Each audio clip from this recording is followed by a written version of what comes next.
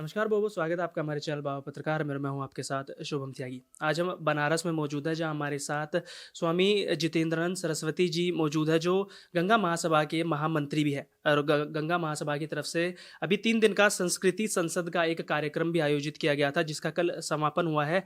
तो चलिए गुरुजी से जानते हैं कि ये जो पूरा प्रोग्राम था ये कैसा रहा और क्या संदेश देना चाहते हैं देश की जनता को। गुरुजी, पहले तो बहुत बहुत स्वागत है आपका हमारे चैनल पर। और जो ये संस्कृति संसद आयोजित किया गया था, इसके माध्यम से क्या संदेश देना चाहते हैं?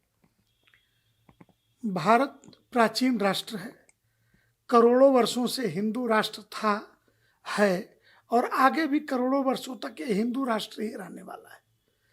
सनातन हिंदू धर्म के 127 संप्रदाय, लगभग 400 साढ़े 400 जिलों से लोग यहाँ पधारे। 1200 से लेकर 1500 के बीच में संतों की संख्या रही। तो जो मैसेजिंग था वो था कि सनातन राष्ट्र पुनः अपने पैरों पे खड़ा हो रहा है और संतों के मार्गदर्शन में यह देश आगे की तरफ चलेगा, जिस आयोजन से मैसेजिंग की दृष्टि से हम सफल रहे हैं। गुरुजी, ये तो होगी संस्कृति की बात। अब हम थोड़ी राष्ट्र की बात भी करते हैं। जैसे मैंने 3 दिन ये पूरा प्रोग्राम अटेंड किया है। राष्ट्र की बात हुई है, राजनीतिक नेताओं की तरफ से बार बार बयानबाजी की जाती है, उल जलूल बयान दिए जाते हैं। यहाँ तक कि उदयनिधि स्टालिन का आपने बयान सुना होगा, कोरोना और डेंगू तक कह दिया सनातन को। और एक शब्द आता है भगवाधारी आतंकवाद, उसको लेके आप क्या कहेंगे?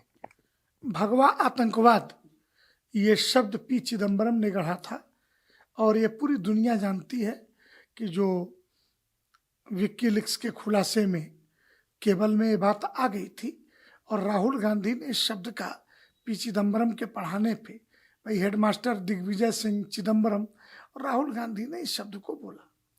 इस शब्द का खुलासा हो गया और समापन भी हो गया। रही सनातन हिंदू धर्म पर प्रहार की, तो जिनके तार विदेशों से जुड़े हैं, अभी अखबारों में आ रहा कि अरविंद केजरीवाल के चाइना से संबंधों का खुलासा हो गया। ऐसा अखबारों में मैंने देखा कुछ खबरों।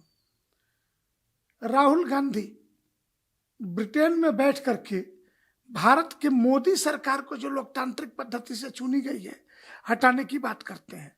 मणिशंकर अय्यर पाकिस्तान के चैनल पे बैठ के पाकिस्तान से भारत में सरकार हटाने की बात करते पाए जाते हैं। अमेरिका क्या, एक उद्योगपति शराब के नशे में टल्ली होकर के ये बता देता है कि मोदी को मारने से लेके भारत में दंगे कराने तक का कितना बड़ा ठेका उसने दे रखा है। सैकड़ों करोड़ डॉलर उसने इन्वेस्ट किए हैं।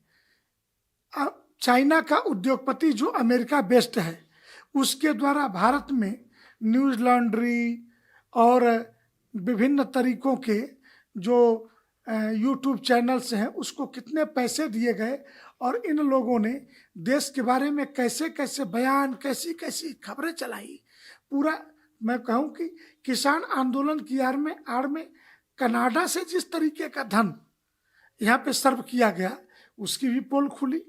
और अभी G20 में जस्टिन ट्रूडो जो आया, उसके व्यवहारों से देश जानने लगा। तो राष्ट्र के सुरक्षा के सवाल पे जब हम चर्चा करते हैं, तो इन सारे तथ्यों और तर्कों के साथ हमें चाहते हैं कि आज का युवा जाने ये देश उसका है।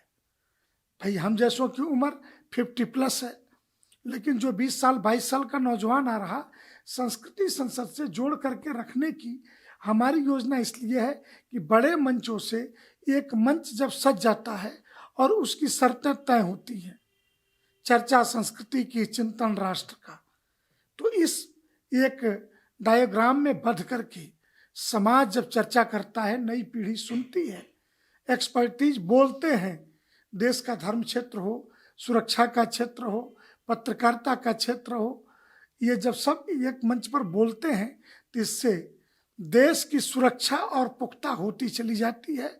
और एक एक नौजवान, मैं आपके माध्यम से एक बात कहूँगा, आपको क्या लगता है कि एक चौराहे पे खोमचा लगाने वाला अनपढ़ है या सिर्फ उसे पेट से मतलब है? नहीं, वो पुलिस का और भारतीय सरकार का सबसे अच्छा मुखबिर वही है।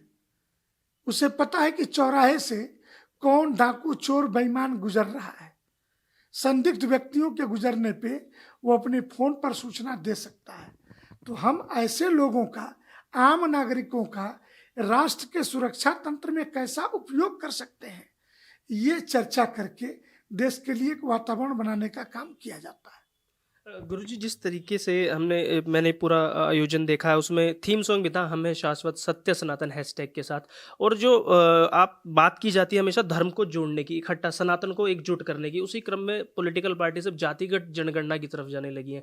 बिहार में हो चुकी है, कांग्रेस ने अपने घोषणा पत्र में दे दिया है कि छत्तीसगढ़ में भी कराएंगे और मध्य प्रदेश में भी कराएंगे। जहां आप जोड़ने की बात करते हैं, जातियों में बांट रहे हैं, क्या कहेंगे आप? 1901 में अंग्रेजों ने पहली जाति गणना कराई थी और सबने अपनी जाति एक स्टेटस ऊपर बढ़ा के लिखवाई थी। जब यह देश आज़ाद हुआ तो 550-600 रियासतों में से 2/3 रियासतों में जो वर्तमान में अपने को पिछड़ी जाति के कहते हैं, ओबीसी कैटेगरी में आरक्षण ले रहे हैं, ये सारे लोग राजा थे। 2/3 राज्यों के राजा यही लोग थे, ब्राह्मण और ठाकुर नहीं थे राजा। तो जाति गणना एक सिगुफा है हिंदू समाज को तोड़ने का। आप इस्लाम में, क्रिश्चियनिटी में जातियों की गणना क्यों नहीं कराते? मैं इसमें नहीं जाना चाहता।